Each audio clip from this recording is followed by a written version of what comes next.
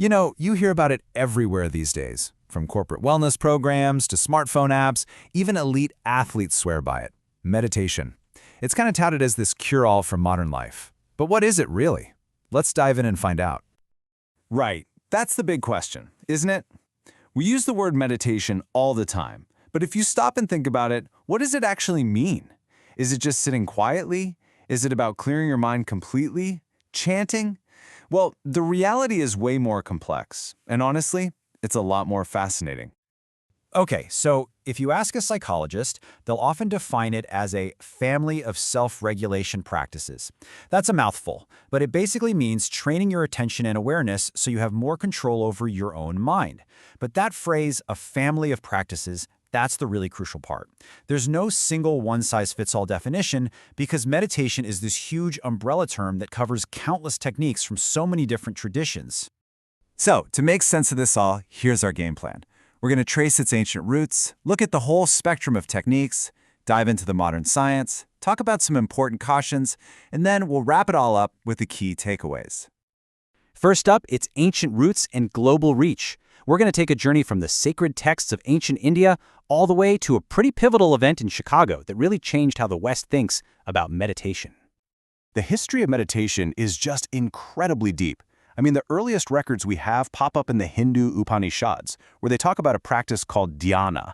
Then, around 400 CE, you get Patanjali's Yoga Sutras, which organize it all into a system. The word meditation itself, it actually comes from the Latin meditatio, and it was formalized by a monk back in the 12th century.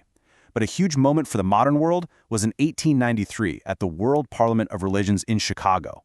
That's where people like Swami Vivekananda introduced these ancient practices to a massive Western audience for the first time.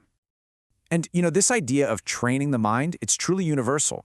You find meditative techniques at the very core of almost every major spiritual tradition on the planet. From dhyana in Hinduism and vipassana in Buddhism, all the way to contemplative prayer in Christianity and vikar in Islamic Sufism, this practice really does span the entire globe. So, what do people actually do when they meditate? In this next section, we're going to see that it's way more than just sitting quietly. So most techniques kind of fall into two broad styles. On one hand, you've got focused attention. This is where you concentrate on just one thing, like the feeling of your breath, or maybe you're repeating a mantra. But then on the other hand, you have open monitoring, which you probably know by its other name, mindfulness. This is where you just observe whatever comes into your awareness, thoughts, sounds, feelings, without getting hooked or judging them.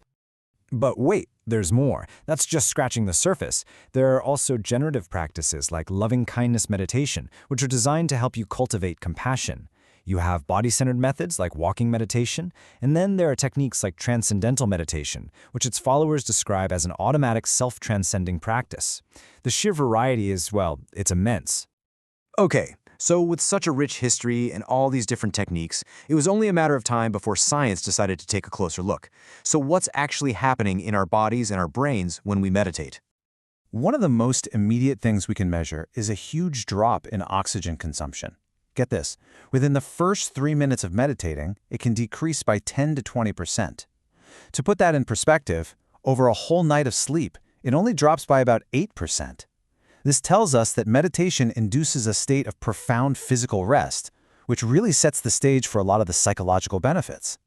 And that deep rest, it's not just a feeling, it translates into real, tangible health benefits.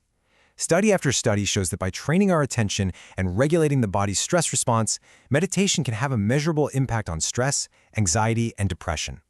There's also good evidence that it can help reduce how we perceive pain, improve sleep for people with insomnia, and even build up our psychological resilience to deal with chronic stress. But, and this is really important, it's not all peace and tranquility. If we want a complete and honest picture, we have to explore the lesser-known side of meditation, the challenges and the potential pitfalls. This number might be a little surprising. A big review in 2020 found that about 8.3% of people who meditate experience some kind of adverse effect. Now, this doesn't mean the practice is dangerous for most people. In fact, that rate is pretty similar to what you see in psychotherapy. It just reminds us that, like any powerful tool for the mind, meditation can have some unintended consequences. So what kind of effects are we talking about? Well, for some people, meditation can paradoxically make anxiety or depression worse. Others might experience something called depersonalization, which is a really unsettling feeling of being detached from yourself. In some cases, people have even reported distorted thoughts or hallucinations.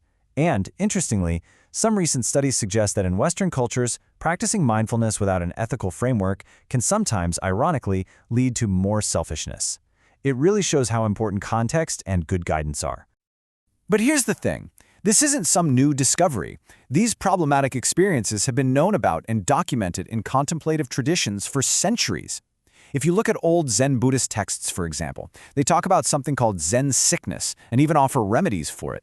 These traditions always understood that this is a powerful practice, and you need skillful guidance to navigate the whole territory, not just the pleasant parts. All right. So after that journey through history, techniques, science, and the cautions, let's bring it all home and summarize what we've learned. If you take away just a few things from our time together, let it be these 4. 1. Meditation isn't one single thing. It's a diverse family of practices. 2. It has incredibly deep historical and cultural roots. 3. It offers real, scientifically measurable benefits for our well-being. And finally, number 4, it's not a magic bullet. It has risks, and it absolutely requires a nuanced, informed approach. All of this leaves us with a final big question. We have this ancient art that's now becoming a modern science. As we keep uncovering its secrets, the real challenge for all of us is this.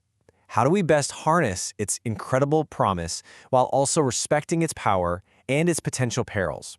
How do we strike that balance?